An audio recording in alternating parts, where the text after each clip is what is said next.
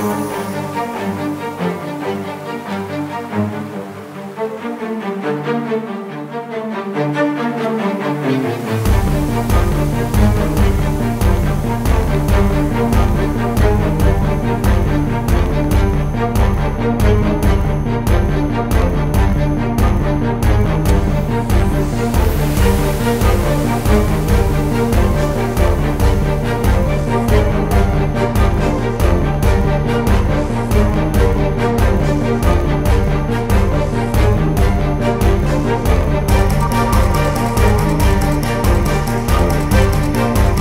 friends, நான் உங்கள் கணேஷ் ராகவ். இன்றைக்கி நம்ம மிக அருமையான ஒரு நரசிம்மர் கோயிலுக்கு போக போகிறோம். மிக முக்கியமான ஒரு நரசிம்மர் கோயிலும் கூட. இந்த கோயில் எங்கே இருக்குது அப்படின்னு பார்த்தீங்கன்னா, மதுரையிலேருந்து 8 கிலோமீட்டர் தொலைவில் உள்ள நரசிங்கம் அப்படின்ற கிராமத்தில் தான் இந்த கோயிலானது அமைந்திருக்கு. யானை மலை, அந்த யானை மலையை ஒட்டியே அடிவாரத்தில் இந்த கோயிலானது அமைந்திருக்கு. இந்த கோயிலுடைய சிறப்பம்சம் என்ன, இந்த கோயிலுடைய அனைத்து விவரங்களையும் இந்த காணொலியில் தெரிஞ்சுக்க போகிறோம். இந்த காணொலியை முழுமையாக பாருங்கள். நீங்கள் நம்ம சேனலுக்கு புதுசாக இருந்தீங்கன்னா, என் பேர் கணேஷ் ராகவ். நிறைய டெம்பிள் அண்ட் டிராவல் வாக்ஸ் பண்ணிட்டு இருக்கேன். எல்லாமே ஃபர்ஸ்ட் பர்சன் பாயிண்ட் ஆஃப் வியூல இருந்து நீங்களே அந்த இடத்துக்கு போய் பார்க்குற மாதிரி இருக்கும். உங்களுக்கு ரொம்பவே பிடிக்கும். சப்ஸ்கிரைப் பண்ணாம பார்த்துட்டு இருந்தீங்கன்னா சப்ஸ்கிரைப் பண்ணிக்கோங்க. ஃபேஸ்புக், இன்ஸ்டாகிராம்லாம் போய் ஃபாலோ பண்ணிக்கோங்க. இந்த கோயில், இந்த யோக நரசிம்மர் கோயிலானது கிட்டத்தட்ட 1200 ஆண்டுகளுக்கு மேல் பழமையான கோயில்.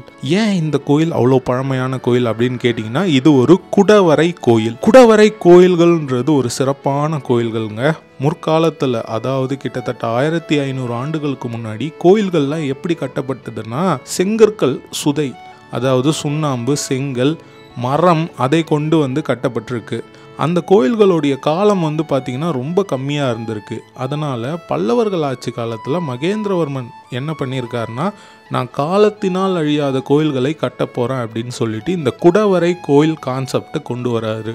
அதாவது குடவரை கோயில்னா மலையோ இல்லை மிகப்பெரிய பாறையோ அது இருக்கிற இடத்துலையே அதை குடைந்து குடைந்து குடைந்து குடைந்து கட்டக்கூடியவை தான் இந்த குடவரை கோயில்கள். இந்த கோயில்கள் காலத்துக்கும் அப்படியே இருக்கும்.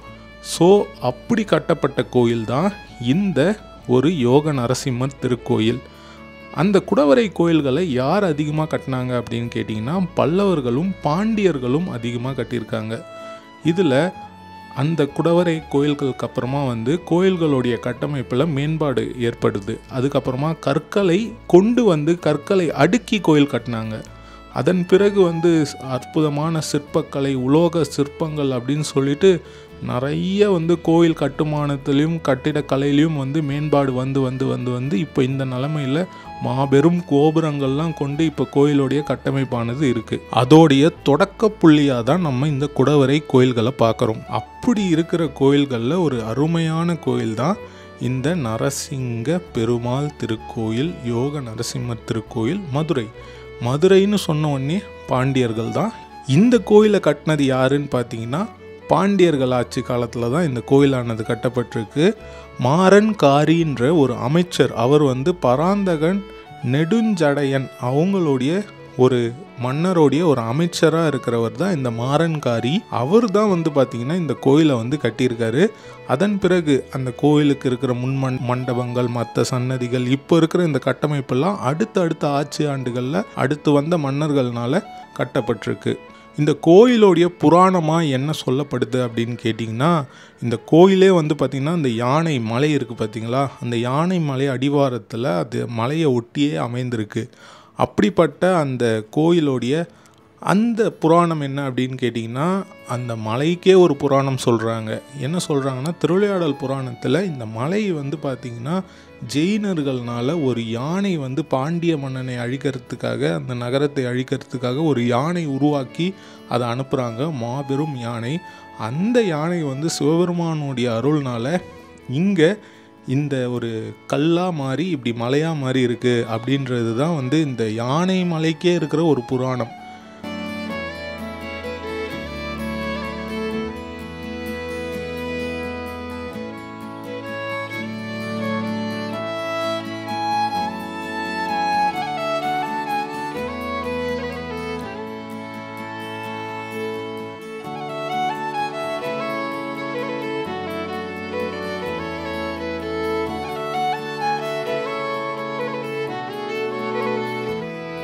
அது மட்டும் இல்லாமல் இந்த கோயிலோடைய புராணமாக என்ன சொல்லப்படுதுன்னா, ரோமச மகரிஷி அவர்னால இந்த நரசிம்மரானவர் பிரதிஷ்டை செய்யப்பட்டு இங்கே வணங்கப்பட்டிருக்கிறார்.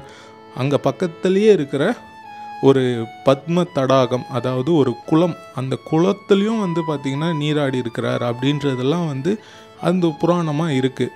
இவர் பார்த்திங்கன்னா யோக நரசிம்மராக இங்கே இருக்கார். யோக நரசிம்மர் யார் அப்படின்னு பார்த்திங்கன்னா, முதல்ல நரசிம்ம அவதாரம் எடுத்ததே ஒரு சிறப்பான விஷயம். மற்ற அவதாரங்களுக்கு இல்லாத சிறப்பு இந்த நரசிம்மருக்கு இருக்குது. அது என்ன அப்படின்னு கேட்டிங்கன்னா, மற்ற அவதாரத்தில் பெருமாள் அவங்க இந்த உலகத்தை காப்பாற்றுறதுக்காக அந்த அவதாரம் எடுத்திருப்பார். தனி நபருக்காகலாம் அவதாரம் எடுத்திருக்க மாட்டார். ஆனால் இங்கே ஒரு தனி நபர், தன் பக்தன், ஒரு சின்ன குழந்தை பிரகலாதன், அந்த பிரகலாதனுக்காக இந்த ஒரு அவதாரத்தை எடுத்தது தான் நரசிம்ம அவதாரம். அதனால் நரசிம்மருக்கு நாளை என்பது கிடையாது அப்படின்னு சொல்லுவாங்க. ஏன்னா அவ்வளோ சக்தி வாய்ந்தவர். உடனுக்குடன் பக்தர்களுக்கு உண்டாகும் அந்த துன்பங்களை துடைப்பவர் நரசிம்மர் அப்படின்ற ஒரு மிகப்பெரிய நம்பிக்கை இருக்குது.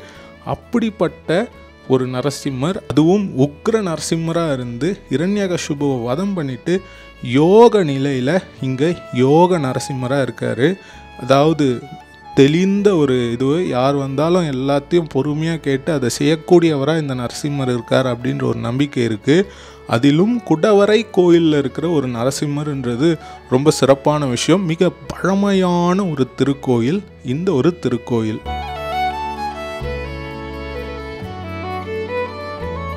நாங்கள் இந்த கோயிலுக்கு ஒரு மாலை வேளையில் தாங்க போயிருந்தோம்.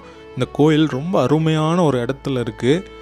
இந்த கோயில் மதுரையிலேருந்து 8 கிலோமீட்டர் தொலைவில் அந்த மேலூர் ரோட்டில் வந்தீங்கன்னா இந்த ஊருக்கு வந்துடலாம். இந்த ஆனைமலையிலேயே நிறைய எக்ஸ்ப்ளோர் பண்ணுறதுக்கு விஷயங்கள் இருக்குது. அதெல்லாம் நம்ம அடுத்தடுத்த காணொலியில் பார்க்க போகிறோம். இப்போ இந்த காணொலியில் இந்த கோயிலுக்கு வந்தீங்கன்னா நம்மளை ஒரு 3 நிலை ராஜகோபுரம் ரொம்ப அற்புதமாக வரவேற்கிறது. ராஜகோபுரத்தை கடந்து உள்ளே போனோம்னா இடது பக்கத்தில் நரசிங்கவள்ளி தாயார் சன்னதி இருக்குங்க.